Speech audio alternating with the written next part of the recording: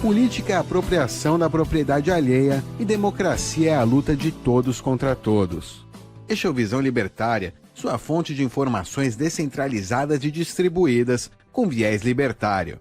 Na segunda parte do século XVIII, as 13 colônias britânicas na América do Norte estavam fartas com a exploração da Grã-Bretanha, que buscava aumentar a arrecadação para lutar na Guerra dos 7 Anos. Percebendo o aumento no descontentamento dos colonos, britânicos vieram para tentar confiscar suas armas.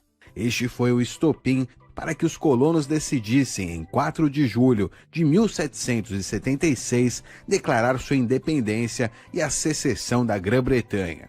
Decidiram ir à guerra contra a maior potência mundial da época pelas suas liberdades e venceram. Formaram então os Estados Unidos da América, com uma Constituição cujo objetivo era limitar os poderes do Estado e garantir os direitos naturais das pessoas, como liberdade de expressão, liberdade de culto, livre associação e porte de armas, para certificarem-se de que não voltariam a ser escravizados como foram anteriormente pela metrópole britânica.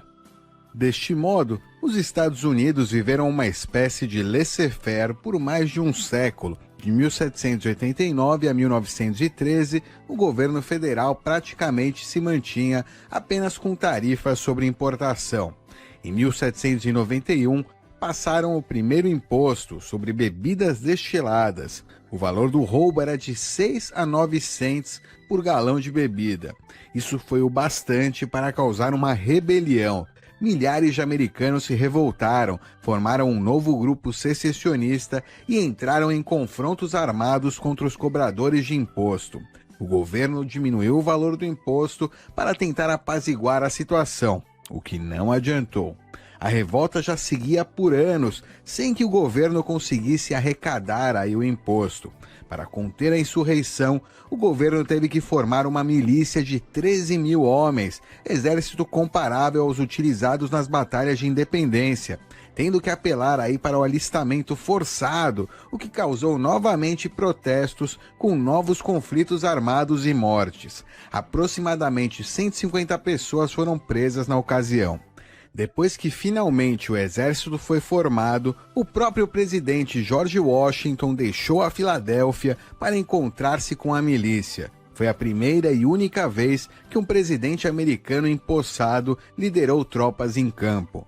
Sabendo da aproximação das tropas, os líderes da insurreição contra o imposto e cerca de 2 mil rebeldes fugiram para as montanhas, além do alcance das milícias. Os que ficaram não apresentaram resistência.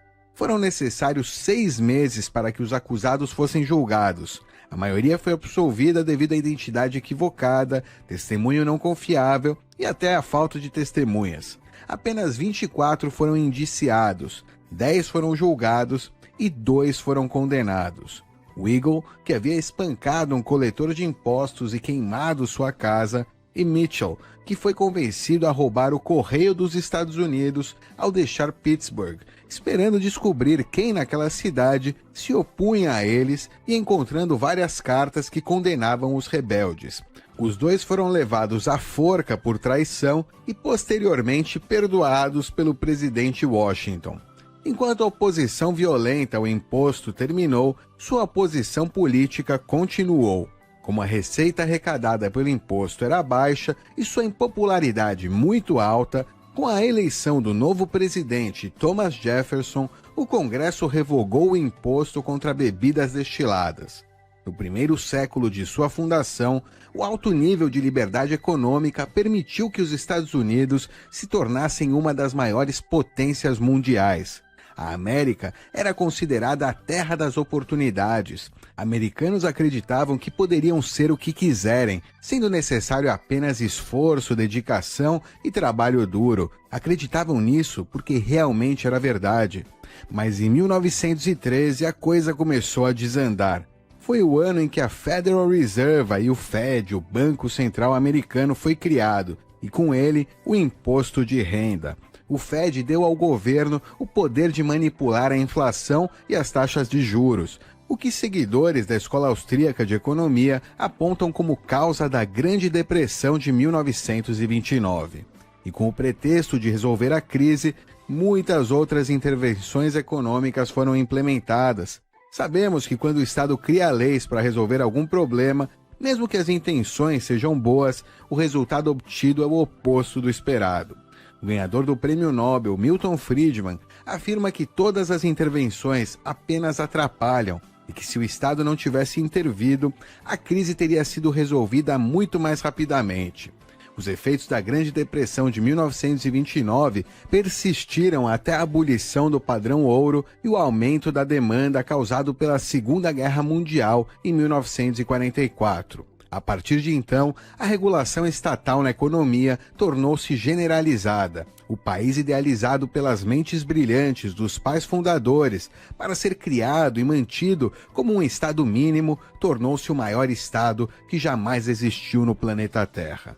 Tal desfecho era inevitável. O Estado sempre terá todos os incentivos para aumentar cada vez mais o seu poder e a sua influência.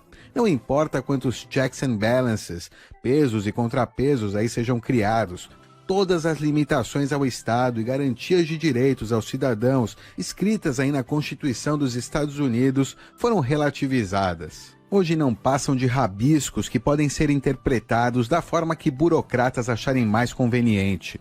Toda a riqueza criada pela liberdade econômica foi sequestrada e utilizada para alimentar o Leviatã.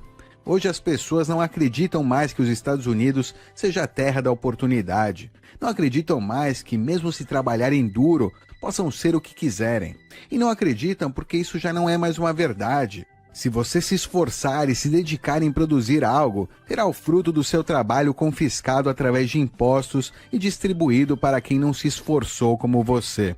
Muitos dos planos que você desejava fazer agora foram regulados ou proibidos, o que torna praticamente impossível competir com empresas lobistas apadrinhadas aí pelo Estado.